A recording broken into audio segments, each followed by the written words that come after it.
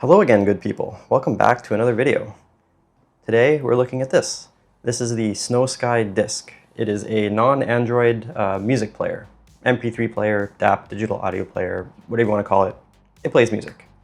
It has a nice retro design aesthetic that SnowSky has been known for to use in the Echo line, the Echo Nano, and Echo Mini. Well, we're going to see what this is all about today. Before going any further though, shout out to FiiO/SnowSky. SnowSky is a sub-brand of FiiO for providing this to me for review. As always, all thoughts and opinions are my own, and FiiO has had no say into the contents of this review. All right, let's get into the key specifications first. So the SnowSky Disc, it's going for $97 US. You can find it maybe a little bit cheaper on like the AliExpress stores, but I would recommend staying with the known FiiO store on AliExpress, and it'll be around this price. Still under the $100 price range. It has 3.5mm and 4.4mm outputs with USB-C, 2.4 GHz Wi-Fi support.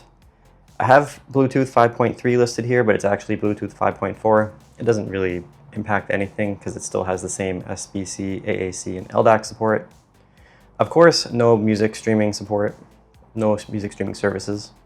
It has pretty decent file format and sample rate support, basically up to 24-bit 192 kilohertz with all the usual file formats, FLAC, ALAC, MP3, and so on. This is using a dual DAC configuration of two CS43131 Cirrus Logic DACs.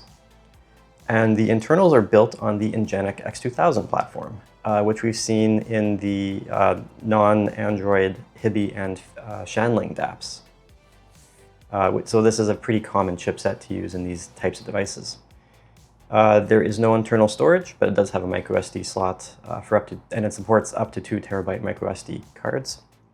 It has a 1450 milliamp hour battery, up to 12 hours of playback, with a 1.8-inch IPS touchscreen with a 360 by 360 resolution. I put the RAM on here because well, for example, people know like the old iPod Classics, they have like usually between 32 and 64 megabytes of RAM. I estimated the Ingenic X2000 platform to have 64 megabytes based off of the white papers that are available, but you can configure things within that. So that's just my speculation. The operating system is a custom operating system developed by FiiO, and this is a pretty light DAP at 77 grams.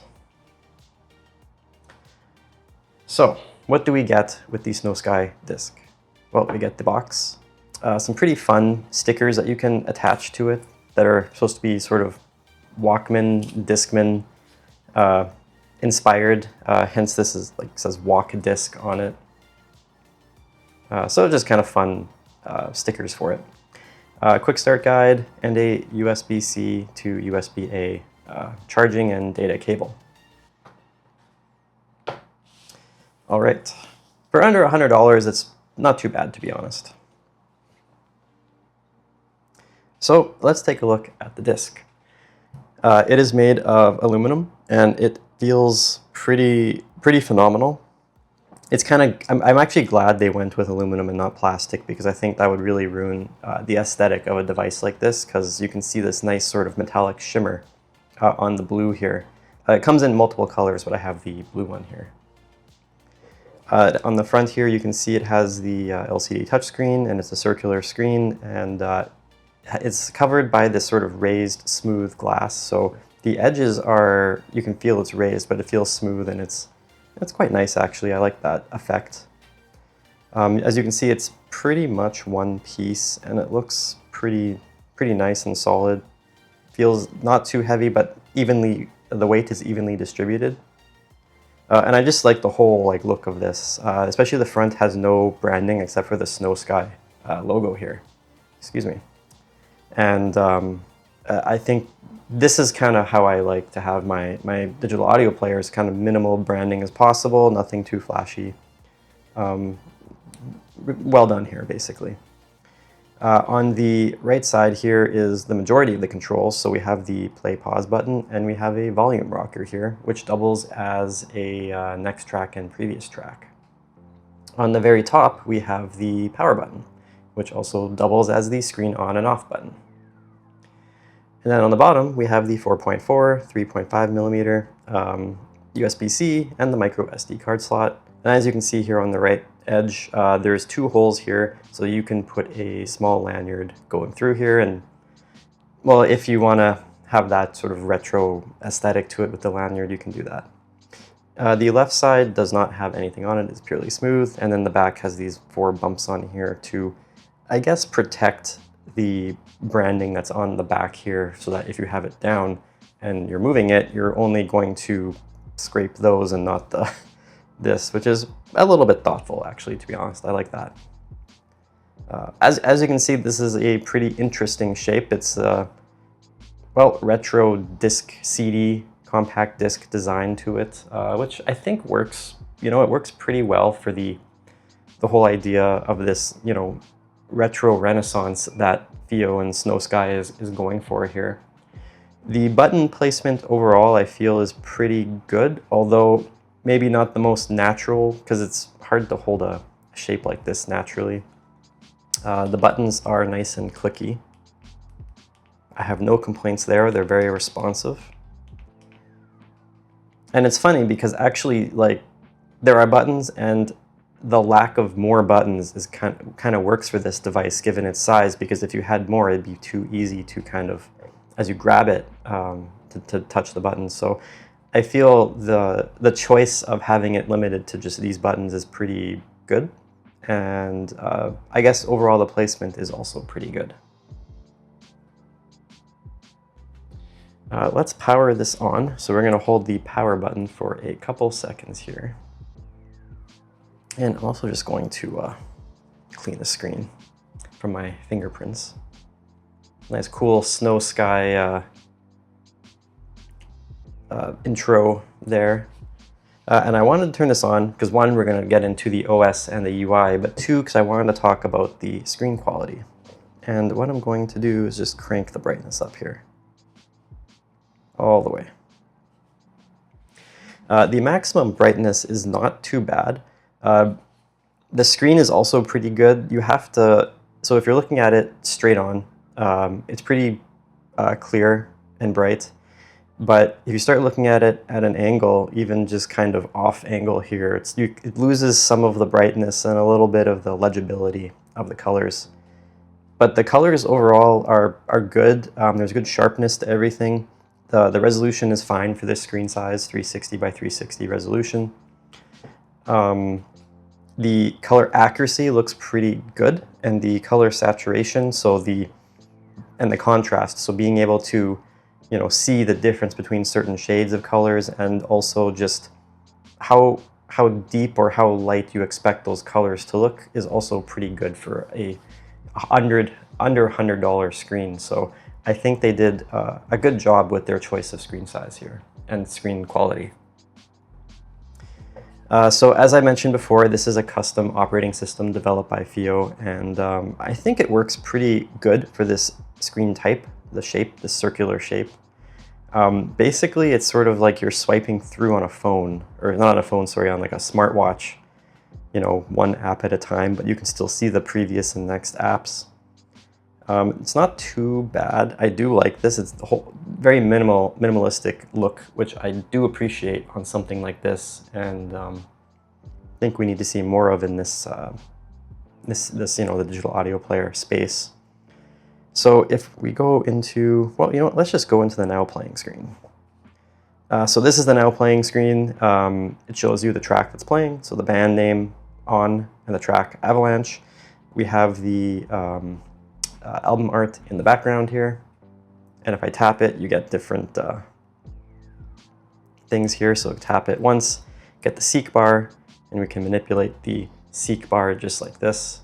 If you tap it again, you can put lyrics in the LRC file or embedded lyrics if you want lyric support.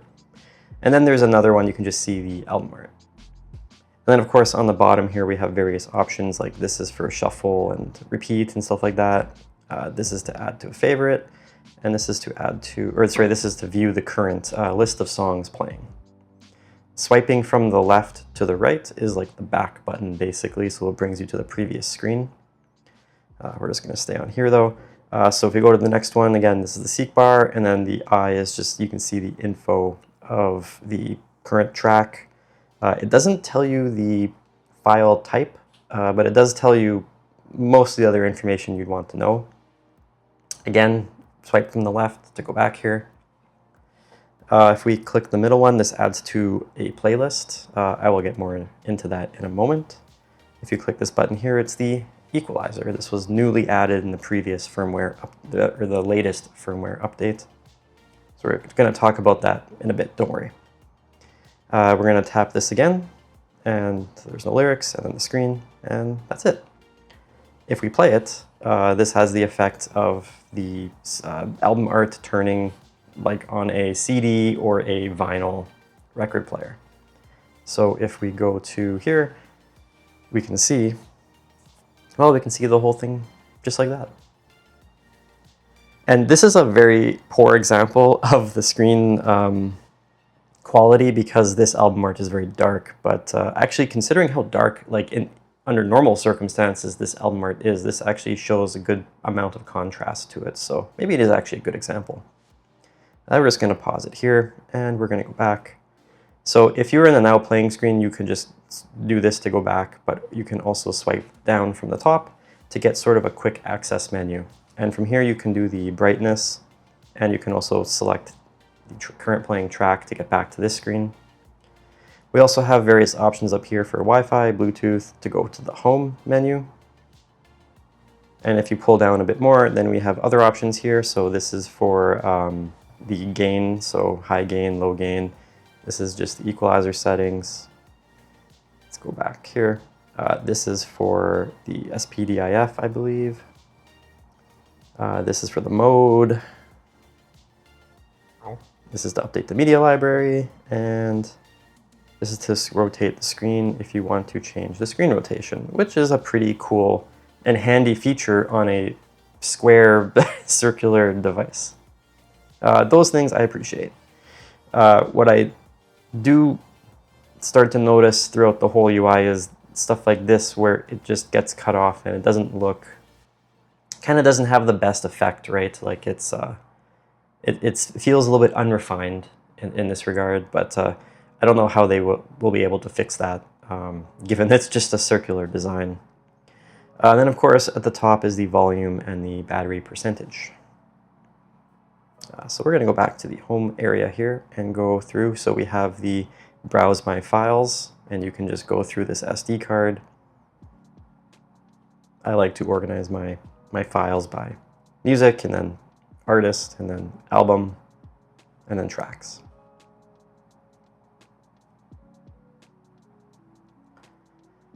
And then of course settings. So from here you can change the working mode. This pure tone mode is this mode we're on, so it's like the basic mode where you're using the, most likely going to use the outputs here or use the Bluetooth, connect to Bluetooth headphones or earbuds. The USB DAC mode is exactly what it sounds like. You can connect this to a computer or a phone or anything and use it as a USB DAC. There's this USB audio mode. So you can connect USB headphones or a USB DAC or a USB-C Bluetooth transmitter when you go into this mode. So to change a mode, you just tap it and it switches it pretty quickly. And then you can use the mode as intended, and if you want to go back, you just tap another mode and go to that mode. It's all pretty quick and easy, and it does not require any rebooting of the device. There is a Bluetooth receiving mode, so you can use this as a portable Bluetooth DAC. Basically, you can use the outputs here to connect your IEM or headphone, and then you can, with Bluetooth, send audio here using your phone or laptop or whatever other sort of source you have that is Bluetooth. And then, of course, there is the storage mode here, which is how you would copy files to and from the micro SD card through the device itself, through a computer. I also believe it's how you would want to update the firmware that way too. Assuming you don't have a USB micro SD card adapter, which I tend to use. And if we want to exit, we just go out like this. All pretty straightforward and simple. There's just a lot of things to know and to go through. The system settings. So this does charging optimization, and I believe it's, if you turn this on, you can stop at 85%, and we'll just keep it off. Brightness, of course. Turn that up. Sometimes the screen is a little bit touchy, but it's generally not too bad. There is screen off time. I have it set to 2 minutes just for the purposes of this review. Typically, I just do 60 seconds. The screen rotation, of course, as we mentioned before. Sleep, so you hit this and it'll go to sleep in 30 or 60 minutes. Idle power off. So I have this set to 30 minutes. I would probably recommend setting it to 10 minutes, to be honest with you. But right now I'm just going to turn it off for this review. I'll mention why later. Playback theme. So so the front cover is what you saw. There's also this vinyl thing, if this is what you want the theme to be. And there's also this minimalism theme, which I do like. Actually, this would be my favorite theme if it wasn't for, let's just play a song here. Any song. It's a nice minimalistic theme. It just has the track name and the playback controls, which I really like, but it's lacking one thing, the seek bar. There's no way to get it on here. So I tap it and it just brings me to the album art, and there's no way to get the seek bar. It just shows through the circle around the pause, the progress of the track. I would really prefer if they had a seek bar here. If you want those other controls that were in the other view, you just pull up and you get these things here. So like the playback mode, and then the info button, and so on. And this one is the queue, basically. Yeah, current list. Pretty straightforward. So this would be my favorite mode if I had the seek bar. So we're just going to go back, and we'll get to the music library shortly, don't worry. And we're going to go back to the playback theme and just change it to front cover again. Okay. Lock screen theme. There's a ton of these lock screen themes, and you have to have a lock screen theme. You don't have a choice. So you can have a clock, or this FiiO sheep, another FiiO sheep. This one's pretty cool. I did have this one for a while, and then I settled on this Starry Sea, which I think is kind of nice and calming. And then you can use a custom image. So you just put the files into a folder, into the SD card, and the custom cover folder. And I believe you have to put it in a specific format, which is explained in the manual and on the FiiO website in the FAQ. Actually, we're just going to change that back to what I had it before, which is Starry Sea.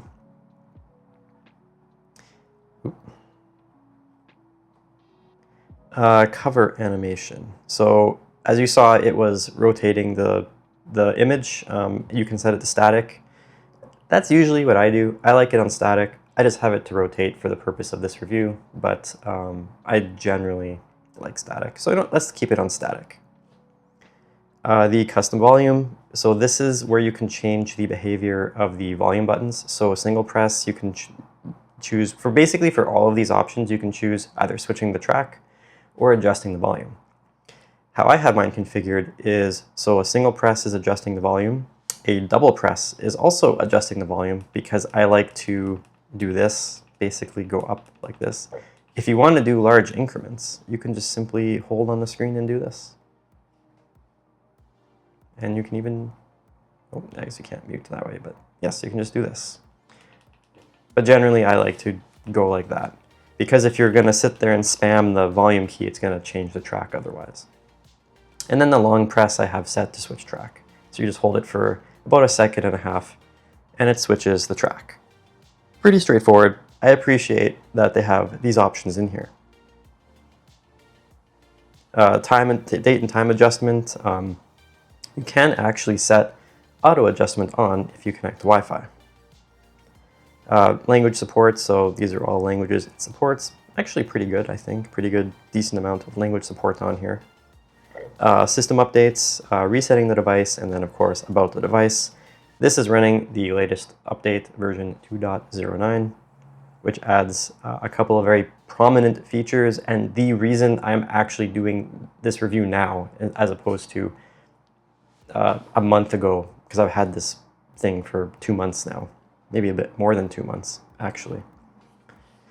So Wi-Fi, of course, you can connect to Wi-Fi, Bluetooth, and if we turn on Bluetooth here, we'll see previously paired devices. It does take a second. It's not like it's not working, just a little bit slow.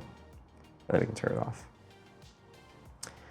Playback settings. So here you can set the play mode.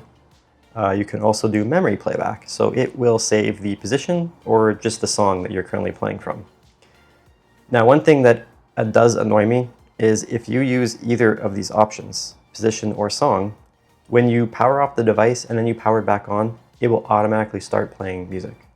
I do not like when I power on a device and it just starts playing music. So I keep it as off for right now until they fix that issue. But generally, I like to see that option of being able to pick up where you left off, basically. The max volume setting, just keep that at max. Playing through folders, this is only really relevant if you're using the file browser and if you want to continue playing through to the next folder. Gapless playback. This was one of the reasons that I waited until now to do this review, because I really wanted gapless playback on here and it did not have it until now. And I can tell you it works perfectly for me.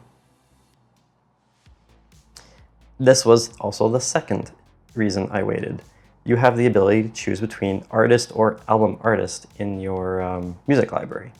And I always like to sort by album artist. And that's because I tag all of my whole music library very meticulously. I use MusicBrainz Picard to tag it, so the artist field will have, like, for example, featured artists from, if there's like multiple artists contributing to that song. The album artist will have the artist of that album. And I like to go into an album and listen to music, so I want it sorted by the album artist. So that is how I like to listen to music. If you want to know a little bit about my preferences for how I listen to music. Maybe this doesn't bother you, maybe you tag your music completely differently, but this has always been a deal breaker on so many devices for me, and I'm very happy they have added it here. And that is the playback settings. Audio settings. So we have the gain switch, which you can use. You can set using the quick mode toggle here. Ooh, let's go. If you try and do stuff too quickly, I notice sometimes it doesn't like to behave. You can change the Bluetooth codec. You can enable or disable the SPDIF. Basically, what this means is you can do digital coax out through the 3.5mm connection. You just need an appropriate cable to do that. Equalizer. So they also added this with this last update. This wasn't a deal breaker for me. It's not a parametric EQ, which is also why it's not a deal breaker. But it's nice to see they added it. So they have some built-in equalizers here, and they have the custom ones. So how you do this is you will select this. Like, let's say you select one to save, and you will hold to go into it.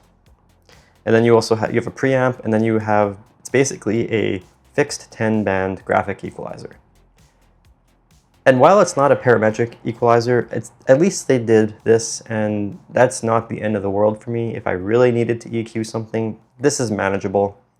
Given that FiiO is so good at implementing parametric equalizer on so many of their devices, I would like to see it here, but maybe one day. So we're just going to turn that off for now.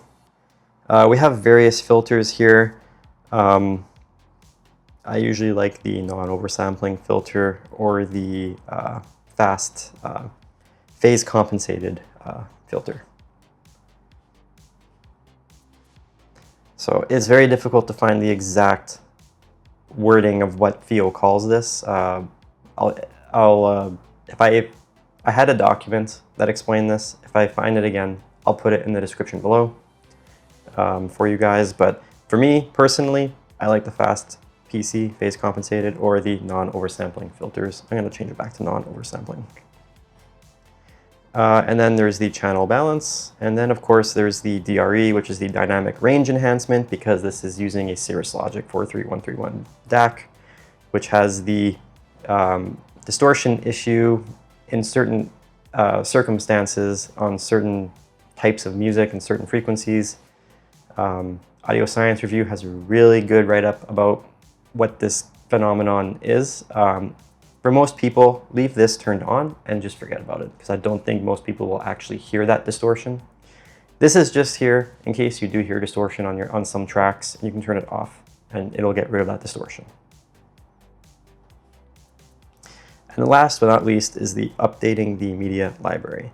So I think we're going to hit it now. And this is a 512 gigabyte micro SD card. And it has about 10,600 some tracks on here. 99% of these are in FLAC, and the other 1% are in MP3, and maybe a handful of them are AAC, like M4A files. Maybe there's only like 6 M4A files, I don't remember. I don't have too much MP3 or AAC files anymore. I've done a pretty good job of getting most of my library to FLAC. So SnowSky/FiiO says that this will scan about 5,000 tracks in like 30 seconds or a minute. You know, it's pretty accurate. I timed this to do as many tracks as on here, 10,600, and it did it in 1 minute 45 or 50, 1 minute 50 seconds. That is really good, considering that one, this does not do incremental scans. So it's going to scan the whole library. And that's actually how a lot of digital audio players work. And two is basically, yeah, you add songs, you have to rescan it again. It's going to scan the whole library, and that's it. So, yeah, that's been a major point of contention for me. A lot of times I don't like that there's not this incremental scanning built into the system, but on a lot of these budget or lower powered DAPs, I guess maybe it's not technically possible to do that. I'm not sure. But anyways, it is now scanning this whole library. You can even time it yourself, how long this is taking. But we're almost at 10,000, and it hasn't really been that long. And that is impressive for me, considering like the HiBi DAPs take just forever to scan. Even the Shanling non-Android DAPs sometimes take quite a while. But the HiBi OS DAPs are pretty brutal, in my opinion, for that. Screen timed out. Let's open it back up here. It will continue. If the screen times out, it will continue scanning. I have had an issue where like it's like finishes, but it's like stuck thinking it still needs to scan. So if that happens, you just have to restart the scan. You just go back and you just do the scan again. It's 10,676 songs. Done. Beautiful. Okay. Let's get into the meat and potatoes of this thing. Playing music. So these are the different categories you have for music. You have all songs, so of course it's going to list all your songs. And if you go from the left here, you can get the letter selector and just quickly go through all the letters. Very handy. And go back. So we have, sometimes a little bit finicky on the touch. Let's go artist. So you can either just, scroll through like this, or like we did in the other one, just go like this. And the reason that the top is blank, come on. The reason this one's blank is because this is a special character. It's that copyright symbol, the C or the circle, because the band is called Circle C. Hilarious, yes, all right, I know. Interesting album, interesting band. Special characters kind of usually have a hard time showing up on here.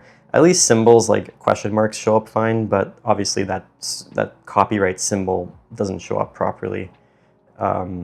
Just something to be aware of. That's why it's not showing here. Otherwise, everything else is good. If I go into Alice in Chains, it shows me all their albums. This other button here, it shows just a list of tracks. Because for some reason you would want to do that, I don't know. But I like to have it sorted by the albums, and we'll go into an album here. and it will sort appropriately all of the tracks. Now, I did have some interesting metadata issues on here, and it has been brought up on Reddit and on HiFi.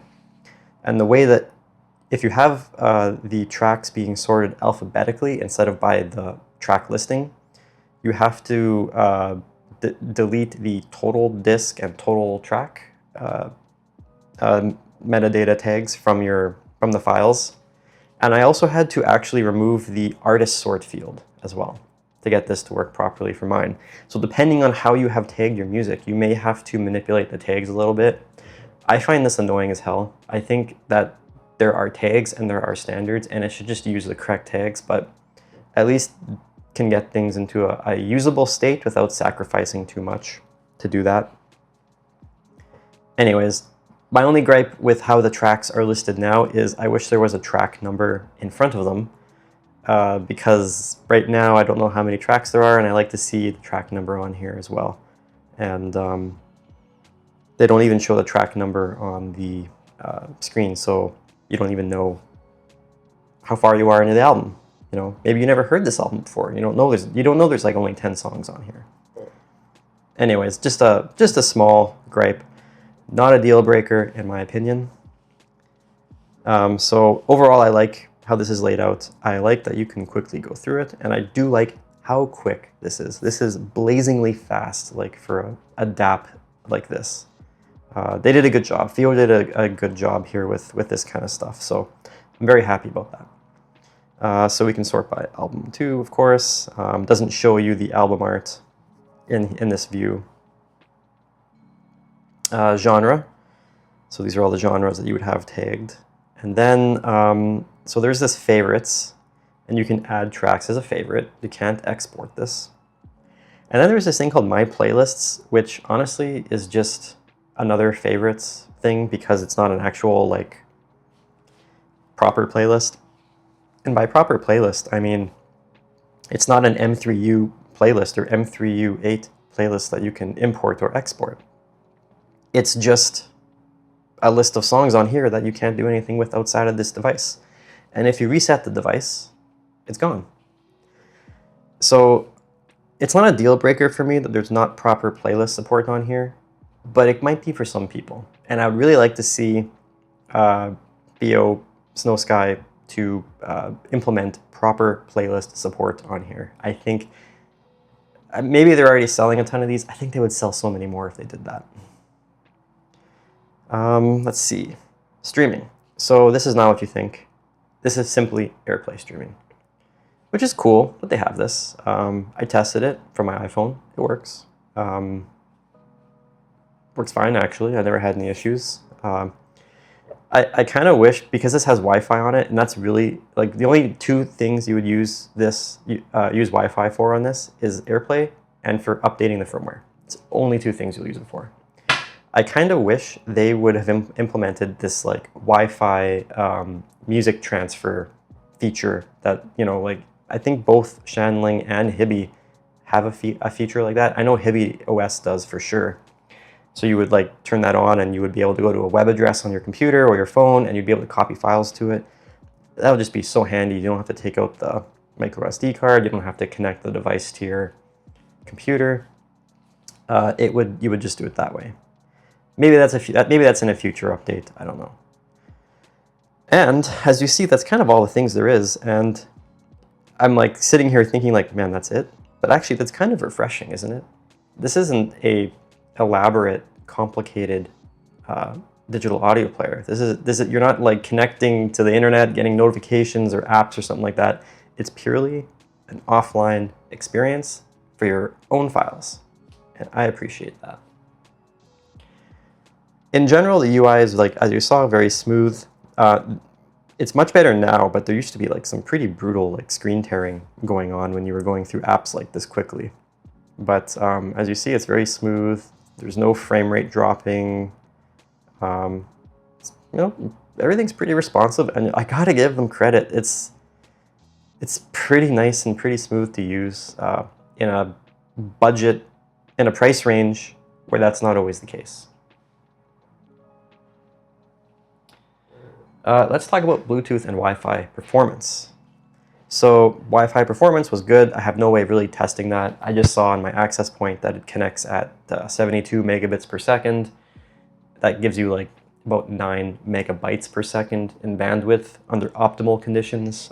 Again, this is currently only using it for the firmware download updates and the AirPlay support, all of which works good because I use the over-the-air update for this and I use the AirPlay to test it out. Both work good. But the Bluetooth, let's talk about that.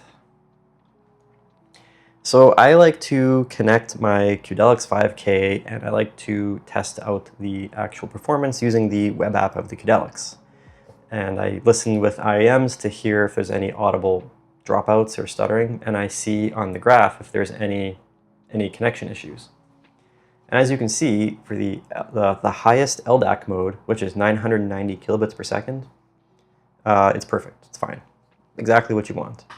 And I have the disc and the Qdelix 5K about 1 meter apart, which is a typical scenario, in my opinion, that you would have for headphones connected through LDAC with your DAP. So you put the DAP in your pocket or your bag and you put the headphones on. And usually they're no more than 1 meter away and perfectly fine. And of course, there is multiple modes you can select, as we saw earlier. So the 660 kilobit per second mode also performed good.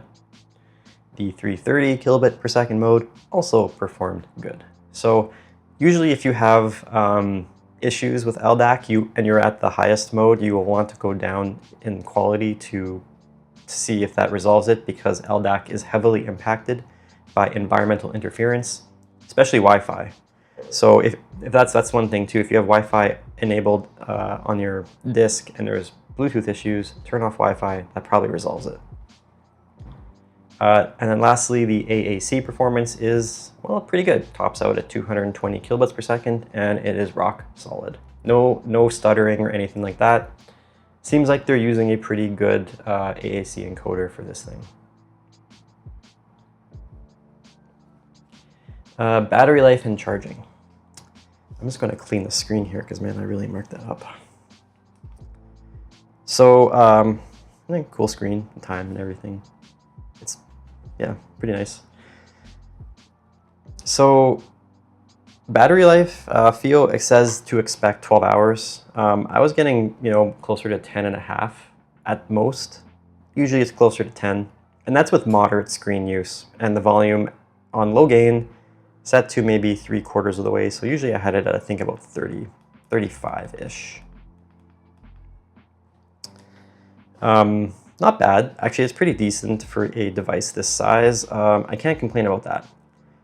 What I can complain about is the absolutely brutal standby performance. This thing will drain 4 to 5% per hour. 5% per hour. I was previously reviewing the Surfans F20 Pro, an budget Android DAP, and it would only lose 5% in a day, 24 hours. This is losing it per hour. I don't know if it's a memory leak. I don't know if there's something they can do to really optimize this, but they got to figure this out, because that, in my opinion, could be a potential deal breaker for some people. And that is why the idle power off is by default set to like 10 minutes, which is pretty low. So after leaving this thing for 10 minutes, it'll just power off. Now, it does power on quickly, but they got to figure out that idle standby battery drain. I think that's pretty unacceptable, in my opinion. Using the same platform too as other manufacturers, and they're not having that issue. So clearly some optimization needs to be done, and I really hope they do that, because otherwise, like everything around it has such a good foundation. Charging at least is pretty quick. So to go from 0 to 100, it's about 1.5 hours, and that's pretty quick. So usually I was getting about 50% in about 40 minutes, 45 minutes.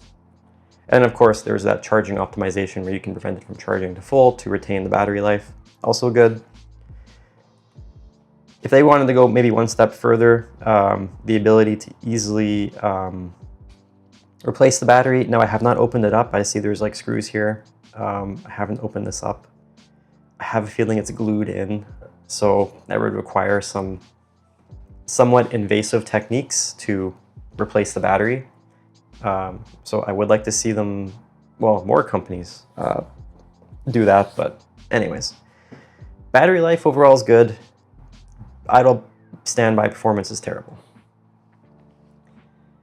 I'll just quickly touch on syncing music and playlists. So playlists, there's no playlist support.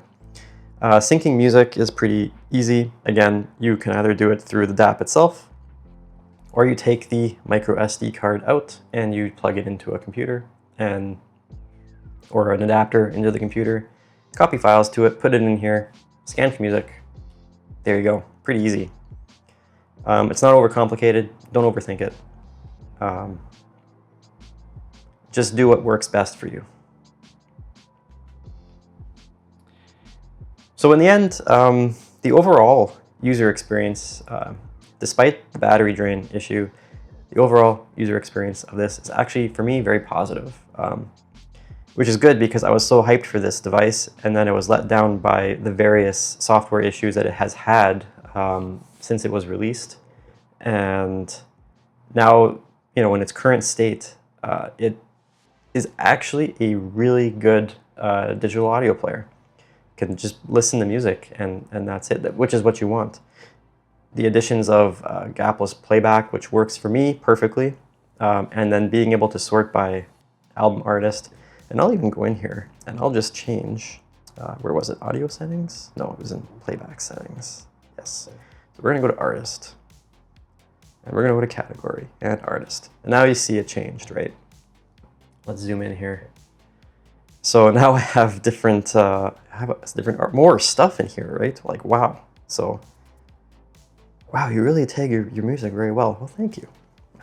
Yeah, so I tag it pretty, like, as you see here, Daft Punk featuring all these artists. And if we go back to the, again, playback settings, album artist, artist. That is much cleaner, looks great. We have one Daft Punk option and the album here, oh, beautiful. This is perfection for me. This is what I want to see.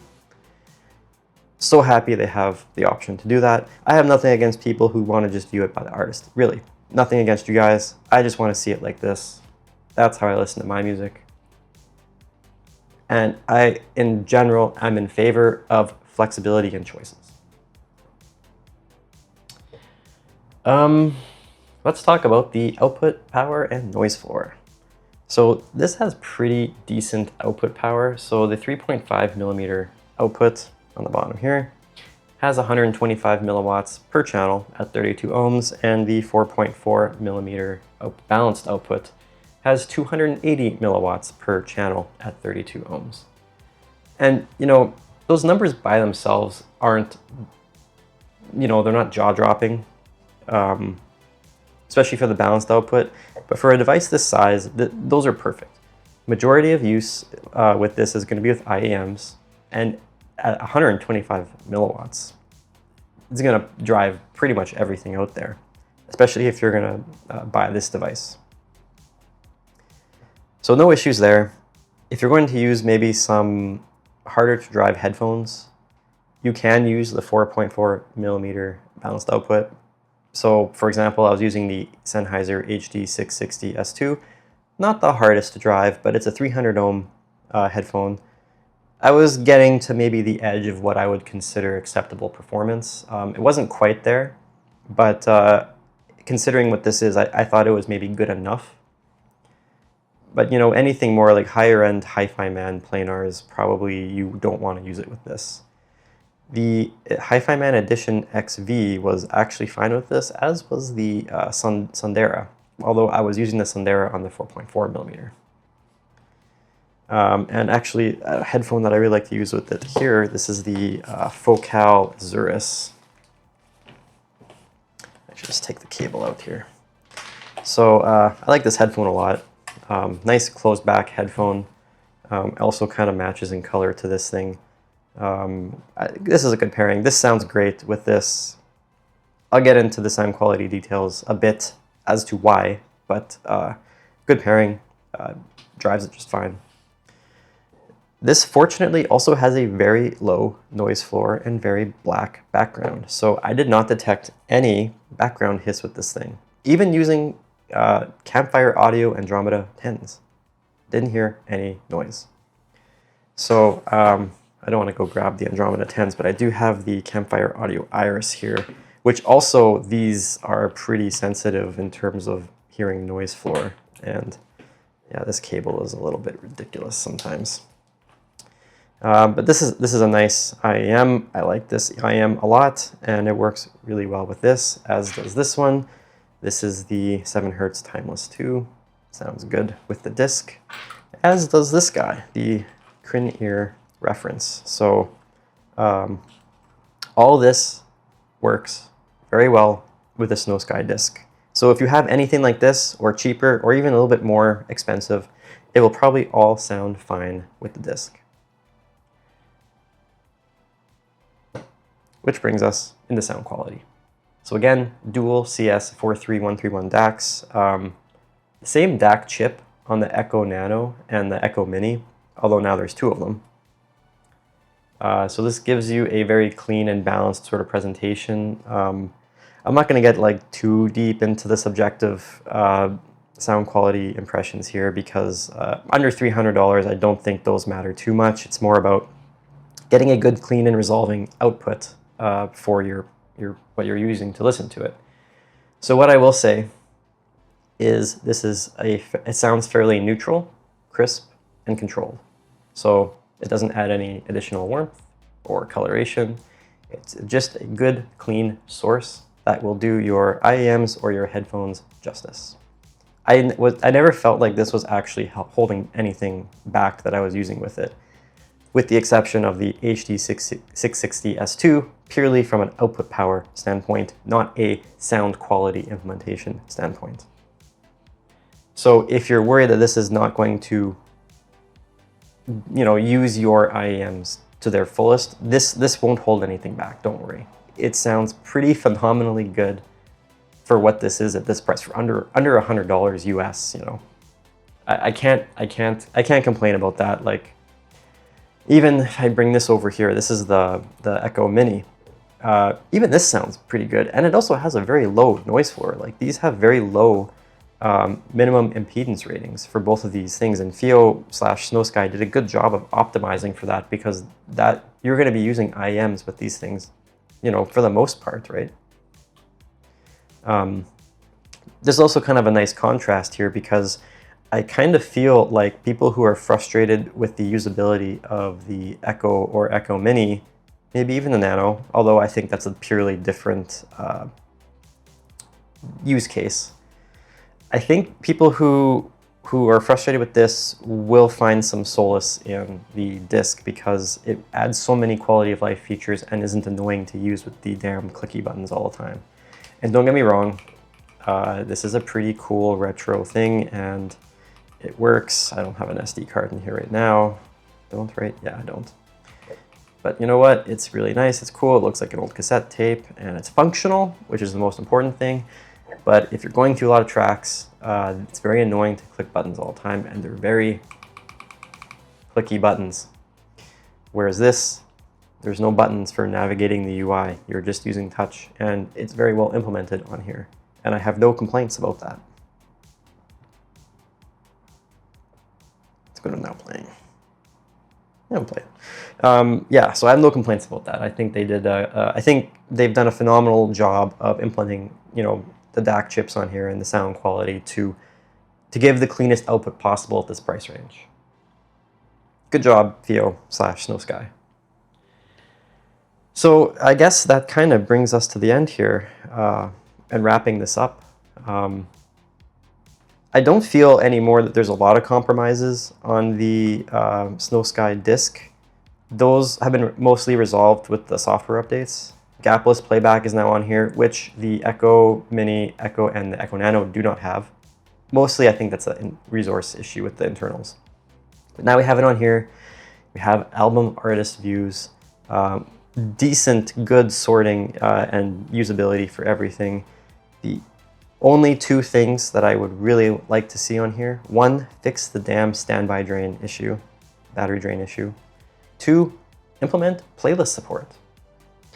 You know, I see, how I see this is such a solid foundation for like more iterations of devices like this. Not necessarily circle screen, but like, you know, they could have a range of DAPs like this and built on this operating system and just keep iterating and adding features in here. And I think, like, because now it's such a solid platform, add that stuff, it'll be great.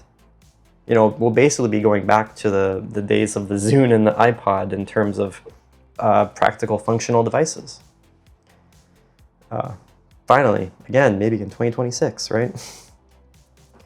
So I feel they did a really good job. They just need to fix a few things, but right now, in its current state, as I'm making this video, June 9th, this is a very usable state. And yes, I can recommend this at $97 US, under $100, if you're looking for something like this. It is not perfect, but it is pretty damn close in a way. So those are my thoughts and opinions on the SnowSky Disc. Let me know what you guys think. I'm always curious to see what everyone thinks of this, and maybe what else you want to see in my reviews. You know, I'm really open to feedback about what you guys want to see more of. You know, I'm trying to make them to how I want to see devices shown, but I would really like to hear what you guys think. And I guess that'll be it this time. Thanks for watching, and I'll catch you in the next one.